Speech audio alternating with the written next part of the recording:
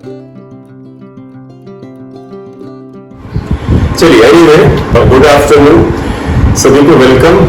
और simple chapter है और शुरुआत चैप्टर का सिंपल होगा, लेकिन कुछ छोटी छोटी कंसेप्चुअल चीजें आएंगी। अगर तो बताओ बेटा, तुमने पेपर देखा इस बार तुम्हारा जो नीट का था, उसमें 4 क्वेश्चन यूनिट को मेजरमेंट चेक करके थे। Have you seen?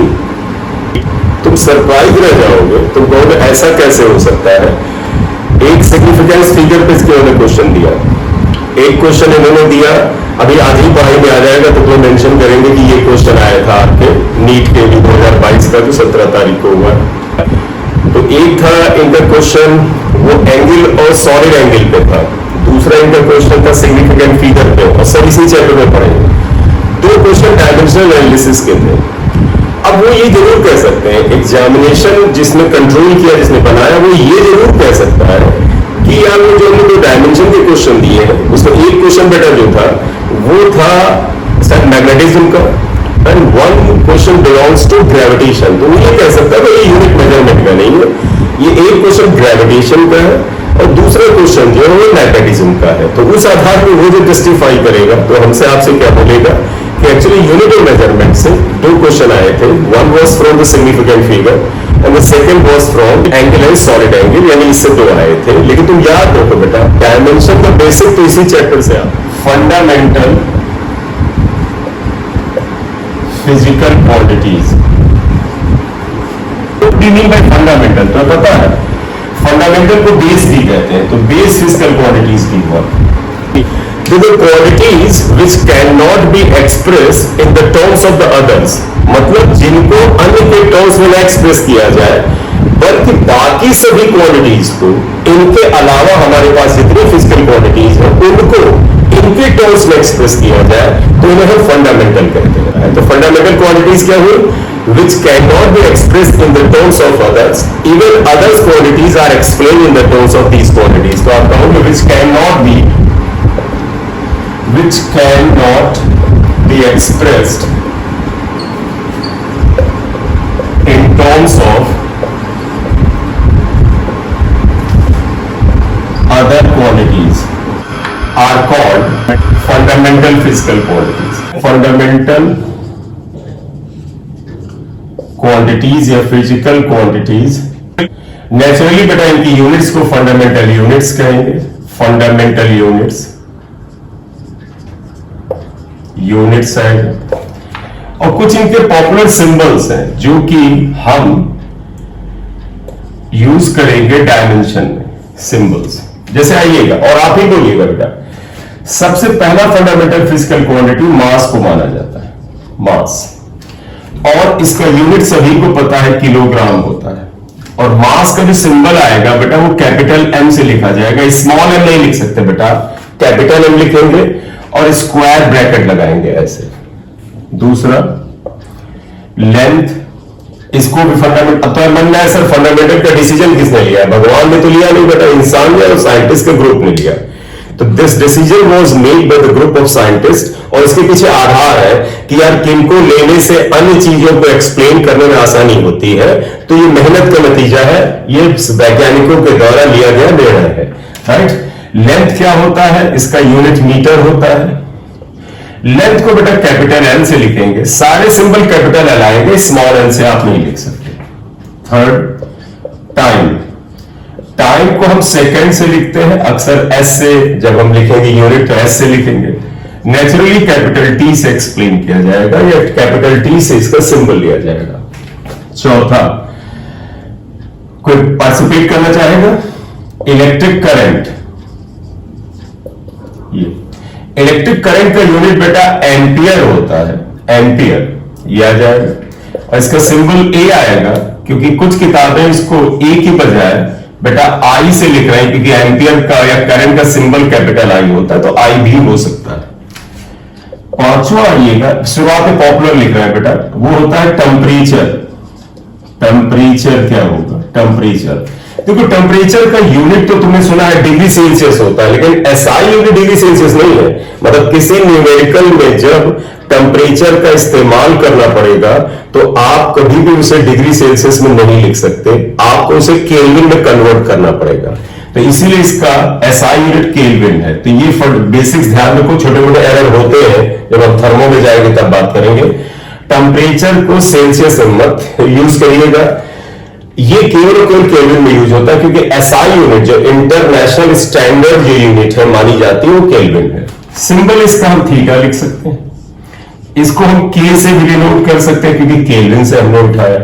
नेक्स्ट आ जाइएगा 6, टेम्परेचर। इसके बाद ल्यूमिनस इंटेंसिटी आता है, ये बेटा लाइट की चमक से रिलेटेड है। ल्यूमिनस इंटेंसिटी जो लाइट जो हमें देखने में मदद करती है, इसकी इंटेंसिटी से रिलेटेड है, और इसका यूनिट बेटा कैंडेला होता है। और शायद पूरी फिजिक्स में तुम्हें इसकी जरूरत पड़ेगी ही नहीं, क्योंकि पहले तुम्हारे कोर्स में, पहले मतलब कम से कम 10-12 साल पहले एक चैप्टर था फोटोमीट्री, उसके अंतर्गत हम ये पढ़ते थे। अब वो चैप्टर नहीं है, ओके, क्योंकि उसकी हमें जरूरत भी नहीं पड़ती है। तो ये कैंडेला होता है। सीडी से हम लिखेंगे, तुम देखोगे पूरी फिजिक्स तुम्हारी 12 तक खत्म हो जाएगी, तुम अपने इंजीनियरिंग या मेडिकल कॉलेज चले जाओगे, उसके बावजूद भी इसका इस्तेमाल नहीं आएगा। 7वां रखा जाएगा, ये केमिस्ट्री से रिलेटेड है बेटा, अमाउंट ऑफ सब्सटेंस। इसे बेटा आपको याद होगा, केमिस्ट्री का आपने पहला चैप्टर ही शुरुआत किया होगा मोल से, इसे मोल से लिखते हैं। और सिंबल हम फिजिक्स में म्यू लेके चलेंगे। बोलिए, एनी प्रॉब्लम? और इनकी यूनिट्स को फंडामेंटल यूनिट्स कहते हैं हम लोग बेटा। अब तुम यकीन करो बेटा, इसके अलावा फिजिक्स में तुम जितनी भी क्वांटिटी पढ़ोगे सब के सब इन्हीं के टर्म्स में आएंगी, मतलब उनको हम इन्हीं के टर्म्स में एक्सप्रेस करेंगे, इन्हीं के शब्दों में हम एक्सप्रेस करेंगे उनको, इसीलिए उनको डेराइव्ड फिजिकल क्वांटिटीज कहते हैं। डेराइव्ड फिजिकल क्वांटिटीज, नाम से ही क्लियर है बेटा। डेराइव्ड यानी जो डेराइव की जाए, यानी फाइंड आउट की जाए या एक्सप्रेस की जाए, किसके टर्म्स में बेटा? फंडामेंटल फिजिकल क्वांटिटीज के टर्म्स में। ध्यान रखिएगा, quantities which can be express या which are expressed in the terms of the fundamental physical quantities. मैं लिख रहा हूं तो सब समझ में आ जाएगा। लिखोगे विच कैन बी एक्सप्रेस या विच आर एक्सप्रेस, लिख दो R expressed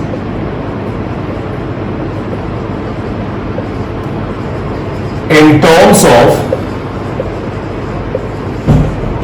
fundamental physical quantities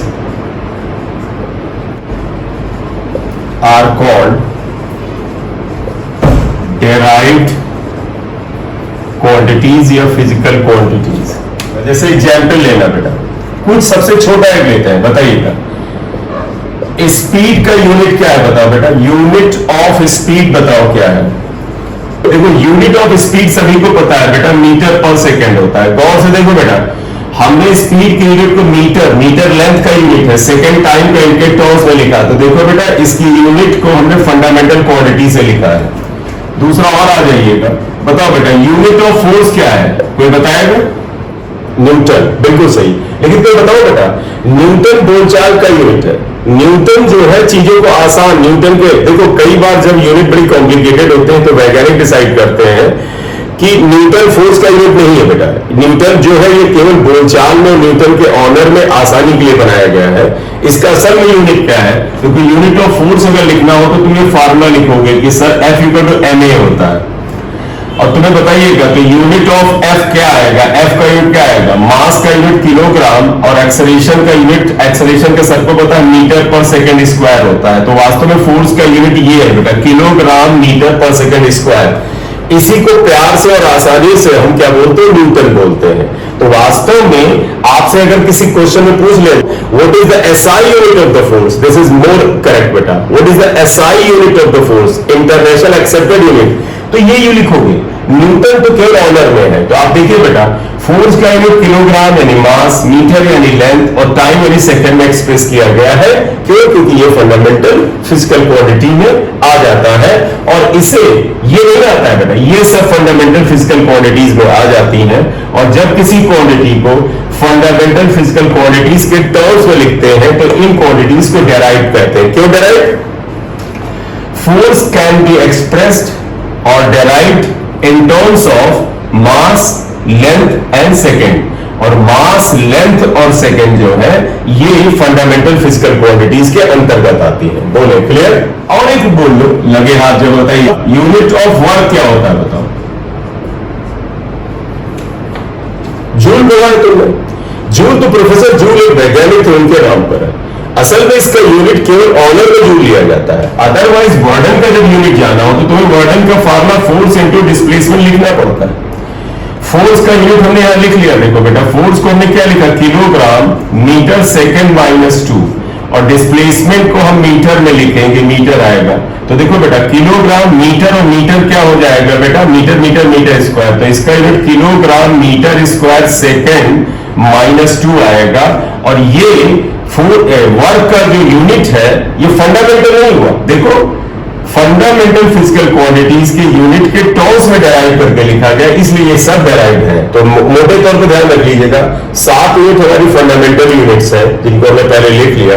उसके अलावा हमारी दुनिया की जितनी यूनिट्स है, जितनी फिजिकल क्वांटिटीज है, हम उन्हीं के टर्म्स से घुमा फिरा के लिखते हैं। देखो, उन्हीं के टर्म्स में, उन्हीं के टर्म्स में, उन्हीं के टर्म्स में, इसलिए बाकी सभी क्वांटिटीज को डेराइव करते हैं। बोले क्लियर?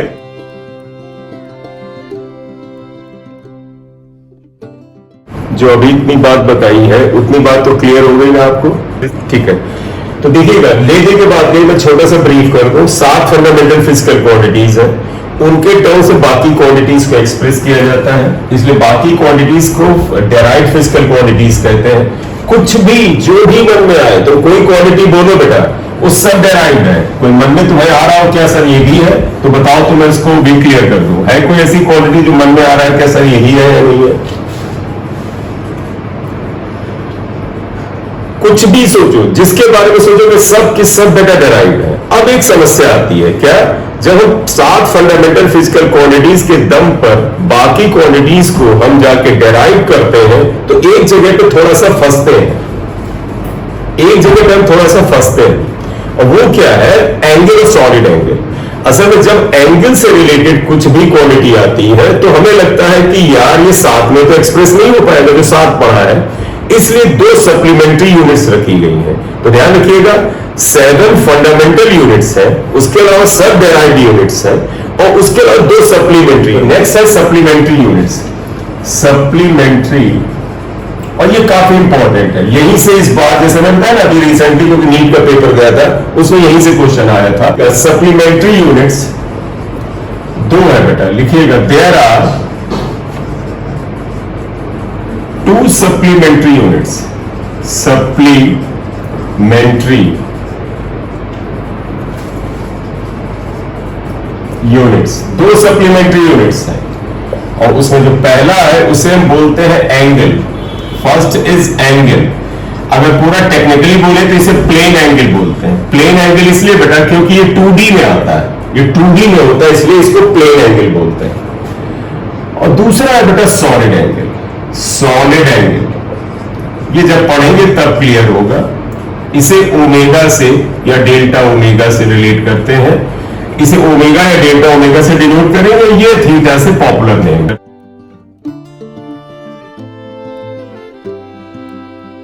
तो अब अगला हेडिंग डालिएगा, पहला एंगल या प्लेन एंगल, एंगल या प्लेन एंगल, इसे हम थीटा से लिखेंगे। वो इस एंगल बेटा, आप देखिएगा एंगल तो कुछ भी बेटा, जैसे ये पेन है, मैं तुमसे को इस पेन के द्वारा इस पॉइंट पर, चलिए इधर से ले लेता हूं, इस पेन के द्वारा इस पॉइंट पर सस्पेंडेड एंगल या प्रोजेक्शन क्या, तुम कहोगे सर इसको ले जाए यहां मिला है, इसको ऐसे मिला दे, तो ये जो एंगल आएगा इसे प्लेन एंगल कहेंगे। तो किसी भी बॉडी की जो लंबाई होती है उसके दोनों एंड को मिला करके जो प्रोजेक्शन पाते हैं, जो एंगल पाते हैं, उसे हम क्या बोलते हैं, प्लेन एंगल। तो तुम कहोगे कि सर तो क्या हम इसको ऐसे ही डिफाइन करेंगे कि हमने पेन ले लिया, उस हिसाब से इस बोर्ड का अगर ये एंड और ये एंड ले लो, तो कहोगे ये भी जाके सर यहां पर कहीं मिलेगा तो कोई एंगल बनाएगा। आप देखो बेटा, इस बोर्ड का ये एंड ले लें और ये ले लें, मिला दें, तो ये भी जाके कोई एंगल बनाएगा। तो कहोगे फिर डेफिनेशन कैसे दें, क्या हम ऐसे ही कहेंगे, तो ऐसे ही इसको डिफाइन करें, what should be the method of definition, जिससे कि ये हर जगह लग जाए। तो इसलिए बेटा एंगल को सर्किल में डिफाइन करेंगे। तो अगर मैं एंगल को डिफाइन करूं तो हम इसको सर्किल में करेंगे। कैसे देखिएगा, अगर आप एक सर्किल बना लें बेटा, ये तो पता सर्किल के ऊपर दो पॉइंट अगर आप ले लें, एक ए ले लें एक बी ले लें, इन दोनों पॉइंट को सेंटर पे मिला देते हैं तो तुमको पता है ये सेंटर O है, ये रेडियस R है। A से B के बीच की जो लेंथ है बेटा इसे आर्क लेंथ कहते हैं या आर्क कहते हैं। तो यहां पर देखो बेटा इस सर्किल जिसकी रेडियस R है, इसके सेंटर पर इसकी एक आर्क AB जिसकी लेंथ S के बराबर है, इसके द्वारा सस्पेंडेड एंगल जो होता है ये थीटा से डिनोटेड है, इसे हम कहते हैं एंगल। तो थीटा इज व्हाट बेटा, here theta is angle at the centre O of the circle due to its arc AB और वो S के बराबर है। बोले बेटा इतनी बात क्लियर है? ठीक, तो ये एंगल आया। अब आपको ध्यान होगा कि अगर हम एंगल के डेफिनेशन पे जाए या एंगल का फॉर्मूला, तो समझिएगा बेटा एंगल इक्वल टू होता है आर्क अपॉन रेडियस। तो आप यहां लिखोगे एंगल, ये फॉर्मूला याद रखना बेटा, ये पूरी फिजिक्स में काम आएगा। Angle equal to arc upon radius. तो एंगल को थीटा से लिख दिया, देखिए बेटा एंगल को थीटा से हमने लिख दिया है, तो थीटा इक्वल टू आर को हमने एस से लिख दिया है, रेडियस को आर, ये आ जाएगा ये।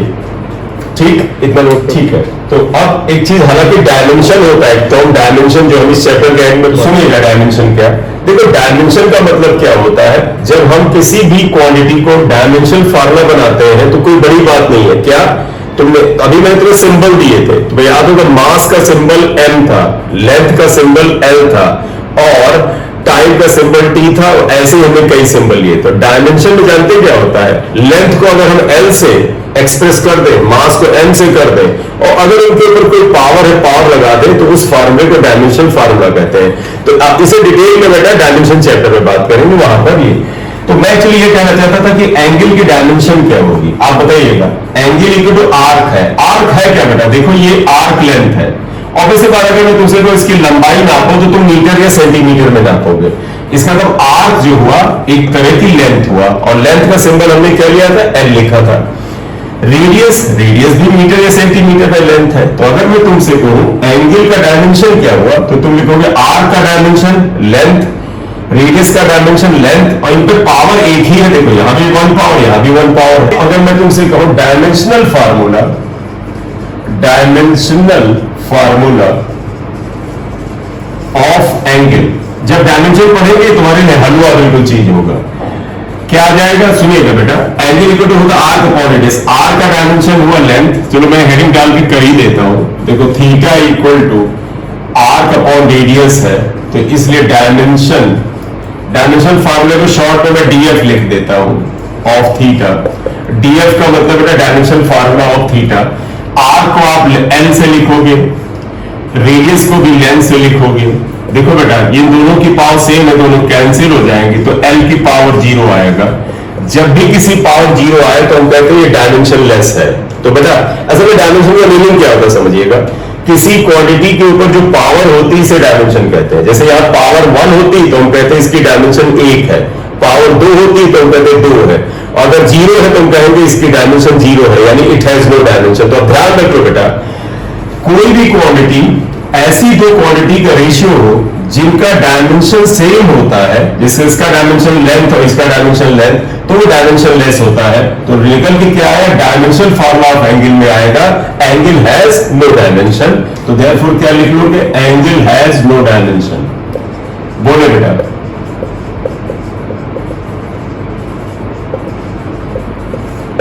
बोलिए बेटा, इतनी बात क्लियर। तो एंगल हैज नो डायमेंशन, ये याद रखो अभी से, इसी पे आया था इस बार नीट वाला पे। लेकिन तुम्हें याद है बेटा एंगल का यूनिट होता है, तुम कहोगे सर हम एंगल को डिग्री में पढ़ते हैं, इतने डिग्री का एंगल, और हमने तुम्हें ये ना बताया तो आप सुन लो बेटा, एंगल का यूनिट जो डिग्री है वो केवल व्यवहार का यूनिट है। इसका SI unit, international standard system of unit जो है उसके अकॉर्डिंग एंगल का यूनिट डिग्री नहीं है बेटा, रेडियन है। तो एसआई यूनिट ऑफ एंगल क्या है, रेडियन है। तो आगे आते हैं, SI unit of angle is radian। हालांकि इसका प्रैक्टिकल यूनिट जो डे टू डे लाइफ में हम यूज करते हैं वो डिग्री है, और डिग्री और रेडियन में एक रिश्ता होता है ना। तो हम यहां पे कह सकते हैं इसका जो प्रैक्टिकल यूनिट है जो हम डे टू डे लाइफ में यूज करते हैं, प्रैक्टिकल यूनिट जिसका हम इस्तेमाल अक्सर करते हैं, इज डिग्री। डिग्री में लेते हैं, हम ऐसे लिखते हैं, जैसे थीटा डिग्री लिख दिया एंगल, राइट। तो इसका मतलब रेडियन और डिग्री में कोई रिश्ता होता होगा, तो हमें यही पता करना है कि भैया रेडियन और डिग्री में क्या रिश्ता है और ये रिश्ता क्या कहलाता है, हमें इसकी बात करनी है। तो जरा से रुकिएगा एक चीज के लिए, सुनिएगा एक बार फिर से। एक स्टेटमेंट बनाऊंगा, वो क्या है, देखो एंगल हैज नो डायमेंशन, लेकिन इसकी यूनिट है। इसका मतलब क्या हुआ, एंगल एक ऐसी फिजिकल क्वांटिटी है जिसकी डायमेंशन तो नहीं है लेकिन इसका यूनिट होता है। बोलिए, इतनी बात क्लियर है? ठीक है, तो हम इसको आगे लिखाएंगे। इसका मतलब क्या, एक बड़ा गहरा पॉइंट आएगा जब मैं थोड़ा सॉलिड एंगल की बात करूंगा, तब बात करूंगा वहां पर कि क्या आता है तब है। तो अभी इतना लिखिएगा ये। अब आप वापस आइएगा, ध्यान रखना जिन क्वांटिटी का डायमेंशन नहीं होता है उनका यूनिट हो सकता है। मैं फिर बताऊं, बड़ा की पॉइंट है ये, जिन क्वांटिटीज का डायमेंशन नहीं होता है उनका यूनिट हो सकता है, राइट। लेकिन जिनका यूनिट होता है, जैसे जिनका यूनिट होता है, जरूरी नहीं उनकी डायमेंशन हो, लेकिन अगर किसी का डायमेंशन होता है तो उसका यूनिट जरूर होता है। मतलब कुछ भी आप बातों को समझिएगा, जैसे इसका डायमेंशन नहीं है, यूनिट हो सकता है, लेकिन अगर डायमेंशन होता तो कोई यूनिटलेस होता, नहीं, ऐसा नहीं है। अगर डायमेंशन है तो यूनिट पक्का होगा, लेकिन अगर यूनिट है तो हो सकता है डायमेंशन ना भी हो। तो स्टेटमेंट एक जगह जहां पे जरूरत होगी वहां लिखाऊंगा, करेक्टिवली तब बात करेंगे, लेकिन दिमाग में रखिएगा जब भी ऐसा कोई प्रश्न आए तो एंगल को एज एग्जाम्पल दिमाग में रख के रिलेट कर सकते हो। वापस आइएगा, SI unit of angle radian है, प्रैक्टिकल यूनिट ऑफ इसका जो हुआ डिग्री हुआ। तो तुम्हारे मन में आएगा रेडियन और डिग्री में कोई रिश्ता होता है, हाँ बेटा, और ये बड़ा शानदार रिश्ता है और ये बहुत इस्तेमाल होता है। और वो क्या है, पाई रेडियन जो होता है ये 180 डिग्री के बराबर होता है। ये बस तुम्हें ध्यान रखना कि सर पाई रेडियन 180 डिग्री के बराबर होता है। बोलिए, इतनी बात याद रहेगी?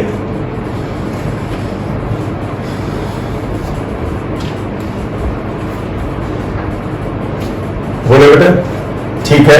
तो अब इससे तुम्हें अगर मान, देखो याद तेरे को बेटा यही रखना है। अब अगर मैं मान लू इसलिए 1 रेडियन कितने के बराबर आ जाएगा, तो सिंपल यूनिट मेथड लगाएगा, 1 रेडियन हो जाएगा 180 अपॉन पाई। देखो बेटा, यहां 1 कर देंगे तो पाई से डिवाइड हो जाएगा, ये डिग्री आ जाएगा, 180 अपॉन पाई डिग्री आ जाएगा। तो जब भी आपको रेडियन को डिग्री में कन्वर्ट करना होगा तो 180 से आप मल्टीप्लाई करें, पाई से डिवाइड करें। आपको मैंने प्रश्न आएगा, रुके रहिएगा, सब बता देंगे, सब उसके अंतर्गत आ जाएगा। इतना है, तुम्हें याद ये रखना बेटा, केवल ये याद रखना है, ये नहीं याद रखना, इसकी कोई जरूरत नहीं, ये तो एप्लीकेशन है, ठीक है। चलिए, किसी का रह जा रहा हो तो स्क्रीनशॉट लेते हो बेटा, छोड़ना नहीं लिखने से, नोट्स बनाते चलिए। इतना समझ गए? अब देखिए, मैं जो करा रहा हूं प्रैक्टिकल एप्लीकेशन है, ये तेरे को याद रखना है। तो मैंने कहा पाई रेडियन 180 डिग्री है तो 1 रेडियन हो गया 180 अपॉन पाई। इसको उल्टा लिखना बेटा, तुम कह सकते हो सर इसका तो 180 degree equal to pi radian है, तो आप ऐसे भी तो लिख सकते हैं 180 degree equal to pi radian हुआ। हमने कुछ नया नहीं किया बेटा, इक्वेशन स्टार को उल्टा करके लिखा है। तो अगर मैं तुमसे कहता 1 डिग्री कितना आएगा, तो पाई अपॉन 180 रेडियन आ जाएगा। ये फिर मैं बताऊं बेटा, हमें ये वाला पोर्शन याद नहीं रखना है, ये भी याद रखने की कोशिश नहीं करनी है, हमें याद सिर्फ और सिर्फ स्टार इक्वेशन करना है। ये सब अपने आप आदत में आ जाएगा। बोले, क्लियर है? चलिए, अब मैं तुम्हें एक और चीज बताऊं जो शायद तुम्हारे दिमाग में पहले, अगर पढ़ा है तो आता है, देखो नॉलेज भी यही है, पढ़ा है तो आता है, नहीं पढ़ा तो नहीं आता है। अब उसके बाद तुम कहोगे सर लंबे समय तक रिवीजन करें, तो उसके लिए रिवीजन करना होता है। वो ये है, देखो पाई रेडियन में रिश्ता है। अब एक चीज और आएगा, एक चीज बताओ बेटा, एंगल ये कुछ होता है, मैंने जैसे ये बनाया, ये एंगल आ गया, तुम कहोगे सर थोड़ा छोटा बना दे और छोटा हो जाएगा। चल, मैंने कहा कि ये छोटा एंगल है 1 डिग्री में, तो तुम कहोगे सर ये जो 1 डिग्री का एंगल है इससे छोटे भी तो हिस्से हो सकते हैं, तो इसका मतलब डिग्री के भी हिस्से हो सकते हैं। जैसे होता है 1 मिनट में 60 सेकंड है, सेकंड में भी चले जाए तो माइक्रो सेकंड निकल आएंगे। तो तुम कहोगे सर डिग्री जो एक छोटा एंगल है 1 degree is a small angle, तो इसके अंदर भी तो छोटे छोटे हिस्से निकल आएंगे, उन्हें बेटा मिनट्स कहते हैं। पूरा नाम आर्क मिनट्स है, ARC आर्क मिनट्स। और फिर मिनट्स के भी हिस्से होते हैं, उसे आर्क सेकंड कहते हैं। तो ध्यान रखिएगा, अब अगला पार्ट आता है इंपॉर्टेंट, वो क्या है, 1 डिग्री इज इक्वल टू बेटा 60 मिनट्स होता है। ये जो हम ऐसे सिंबल बना रही है मिनट्स का है, जहां पर ध्यान रखिएगा वेयर, ये जो हमने बनाया है इसे हम बोलते हैं आर्क मिनट्स, और आगे से पॉपुलरली हम सिर्फ मिनट्स बोलेंगे, मिनट्स। तो बताइएगा, कोई नई बात तो आया नहीं है, 1 डिग्री इक्वल टू 60 मिनट्स होता है। बोले, क्लियर? और अब तो मन में आएगा सर मिनट छोटा है, इससे भी छोटा हो सकता है। यस आइएगा, 1 minute is equal to 60 seconds होता है। दो बार आप इसको ऐसे बनाते हैं, ये आर्क सेकेंड कहलाता है। तो आप ध्यान रखिएगा वहां पर यहां पर लेकर वेयर ये जो आएगा दिस इज कॉल्ड सेकेंड्स या आर्क सेकेंड्स, आर्क सेकेंड्स या सिर्फ सेकेंड्स भी चलेगा, राइट। तो 1 डिग्री में 60 मिनट और 1 मिनट में 60 सेकेंड होते हैं।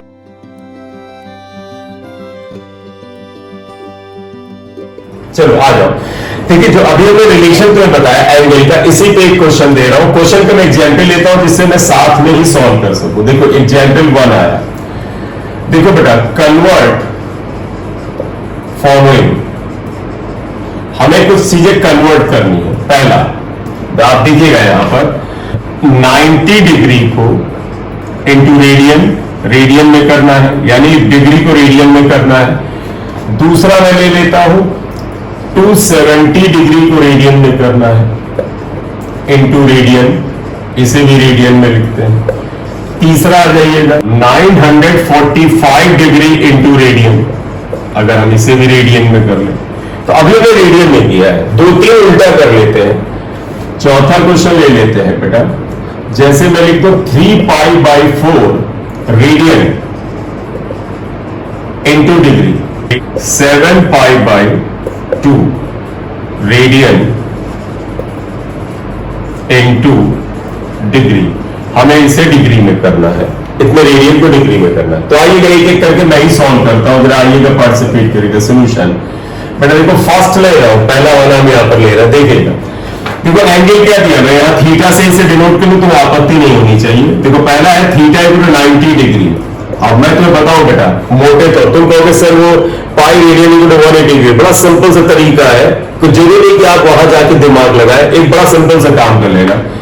जब भी डिग्री को रेडियन में लाना हो, इसका मन में तुम तुरंत ले आना मन में सर हमें पाई में लाना है, क्योंकि मैंने अभी बताया कि अगर रेडियन में आंसर आना है तो पाई में आता है। तो तुम बताए क्या करो, 90 में पाई से मल्टीप्लाई कर दो, क्योंकि पाई मिलाना है। और तुम्हें पता है पाई अपनी जेब से तो किसी भी कोई चीज मल्टीप्लाई कर नहीं सकते, तो जितने से मल्टीप्लाई करेगा तो उतने से डिवाइड करो, और इसे 180 से डिवाइड कर दो। तो उससे क्या हुआ, पाई और 180 बराबर होते हैं। तो आपको क्या करना बेटा, डिग्री को रेडियन में लाने के लिए पाई से मल्टीप्लाई करो और 180 से डिवाइड करो, तो ये रेडियन में आता है। कैंसिल कर दो, 90 से कर दो 2 आ जाएगा, तो π/2 रेडियन आ जाएगा। एक बड़ा पॉपुलर वैल्यू भी है बेटा, 90 डिग्री को π/2 रेडियन लिखते हैं। बोले क्लियर? हाँ, अब तुम्हें लगे कि सर पाई की वैल्यू रख सकते हैं, बिल्कुल। देखो आमतौर पर हम लोग फिजिक्स में इतने पे ही निपट लेते हैं, लेकिन अगर वो क्या वैल्यू रखो तो पाई की वैल्यू बेटा 3.14 होता है अपॉन 2 रेडियन, ये भी लिख सकते हो। 3.14 में दूसरा तो 1.57 आएगा रेडियन। तो आप कह सकते हैं 90 डिग्री π/2 रेडियन हुआ और 1.57 रेडियन हुआ, क्योंकि हमने पाई की वैल्यू डाल दी। बोले इतनी बात क्लियर है? तो ये लिख लिया। तो अब सेकंड वाला जरा तुम लोग करो और फिर करके बताओ, फिर मैं करता हूं, तुम करके रख लो, फिर मैं करता हूं, मिला लेना। सेकंड है 270 डिग्री, इसे रेडियन में बताओ क्या करना होता रेडियन के लिए। बिल्कुल सही, ये आ गया रेडियन। जरा सॉल्व कर डालो इसे, बहुत बढ़िया। ये 2 हुआ, ये 3 हुआ, 90 से गए तो 3π/2 रेडियन आ गया। तो 270 डिग्री 3π/2 रेडियन। पाई की वैल्यू रख के सॉल्व करना, कर लो। हमें बेटा से पता कैलकुलेशन में कोई इंटरेस्ट नहीं है, इतने में ही वैल्यूज चलेंगी। बोले क्लियर है ये? जरा थर्ड वाला कर डालो, थर्ड बेटा थर्ड कर डालिए।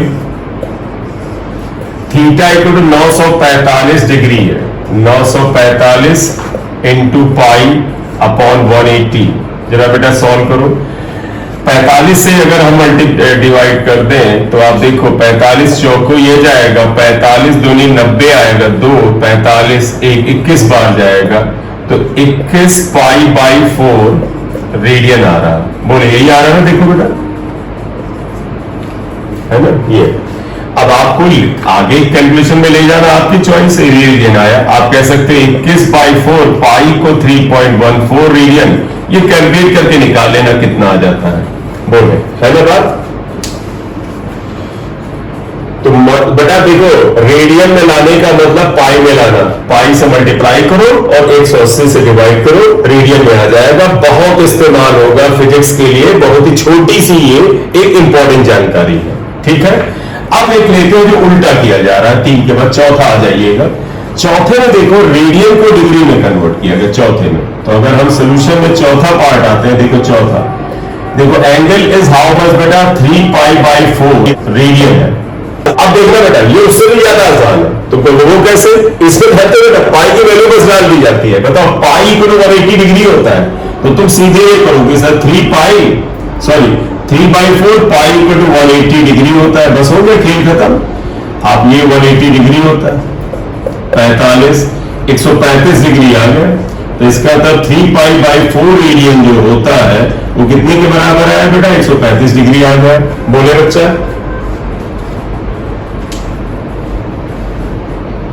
ठीक है। तो जब रेडियन को डिग्री में लाना, वो तो बेटा पिछले से भी आसान है, पाई की वैल्यू छोड़ करो, वो कितनी थी, 180 डिग्री। बोले क्लियर। चलो अब अगला वाला तुम सॉल्व कर लो, मैं करता हूं, मुझसे मिला लेना। पांचवा बताइए, पांचवा देखो बेटा, theta equal to 7 pi by 2 radian दे रखा है। 7 बाई 2 इंटू 180, ये डिग्री आ जाएगा 90, 630 डिग्री। ठीक है बेटा, ठीक है बेटा, बाय बाय।